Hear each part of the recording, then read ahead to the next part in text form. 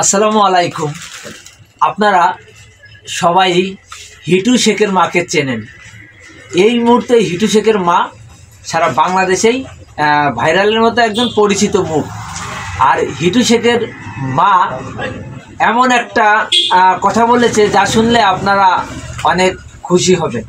কারণ হিটু শেখের মা কলাম এই মুহূর্তে অসহায়, তার খাওয়া দাওয়া চলাফেরা ঘর কিছুই নাই, সে নিঃস্ব হয়ে ঘুরে বেড়াচ্ছে।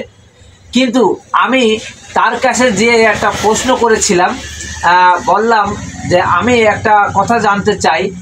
উনি বলল কি? তা আমি বললাম কি, আচ্ছা এই যে এখন এই যে ফিলিস্তিনের পাশে সারা বাংলাদেশের মুসলমান তাদের পাশে এসে দাঁড়াইছে, আপনি কি ফিলিস্তিনের পাশে দাঁড়াবেন না? উনি বলেছেন, কেন দাঁড়াবো না? আমি তো মুসলমান, আমি তো তাদের পাশে অবশ্যই দাঁড়াবো। আমিও তাদের পাশে দাঁড়াতে চাই, যদি আমার জীবন দিতে হয় আমি দেব, কিন্তু আমি মুসলমানদের সঙ্গে থাকতে চাই, আমি ফিলিস্তিনের পাশে থাকতে চাই। আমি এই কথা শুনে আমি আসলে অবাক হয়ে গেছি, আমার চোখে জল এসে গেছে যে ওই বয়স্ক মহিলা যে মৃত্যুর শয্যায়, সে নাকি সে ফিলিস্তিনিদের মুসলমানদের পাশে রয়েছে।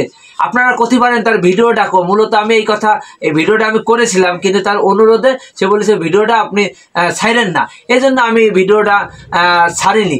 কিন্তু আপনারা দেখুন, আমাদের সৌদি আরব অন্য অন্য ক্ষমতাশীল দেশ ফিলিস্তিনের পাশে কেউ নাই, সারা বাংলাদেশের মুসলমান ফিলিস্তিনের পাশে রয়েছে। এবং এই অসহায় হিটু শেখের মা মুরব্বী, সেও বলছে যে আমি বাবা ফিলিস্তিনের পাশে আমি থাকতে চাই, তাদের জন্য আমি সব কিছু করতে চাই। তাহলে এই কথা শুনে কার না ভালো লাগে? কিন্তু আপনি দেখেন, এই একটা ভিডিও আমি দেখলাম নিউজে, যে এই ফিলিস্তিনিরা যখন কান্দাকাটি করছে, এরই মধ্যেই আপনার সৌদি আরব ডিজে পার্টি করেছে, ডিজে পার্টি করে তারা নাচানাচি করছে।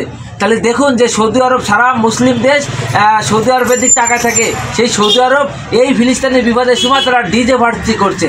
তার ডিজে পার্টি করে তারা কতদিন আনন্দ থাকবে আর কতদিন কাঁদে? আল্লাহ একদিন এই সৌদি আরবের উপরে আগে গজব ফেলাবে, কারণ এরা মুসলমানদের রং তামাশা দেখছে, ফিলিস্তিনদের মেরে ফেলছে, আর এরা রং তামাশা বসে বসে দেখছে।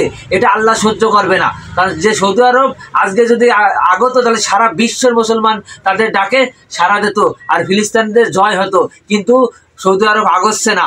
আজকে আমরা বাংলাদেশের মানুষ, আমরা জীবন দিয়ে হলেও ফিলিস্তিনের পক্ষে রয়েছি। এবং আপনারা থাকবেন, ভালো থাকবেন, সুস্থ থাকবেন। আল্লাহ হাফেজ।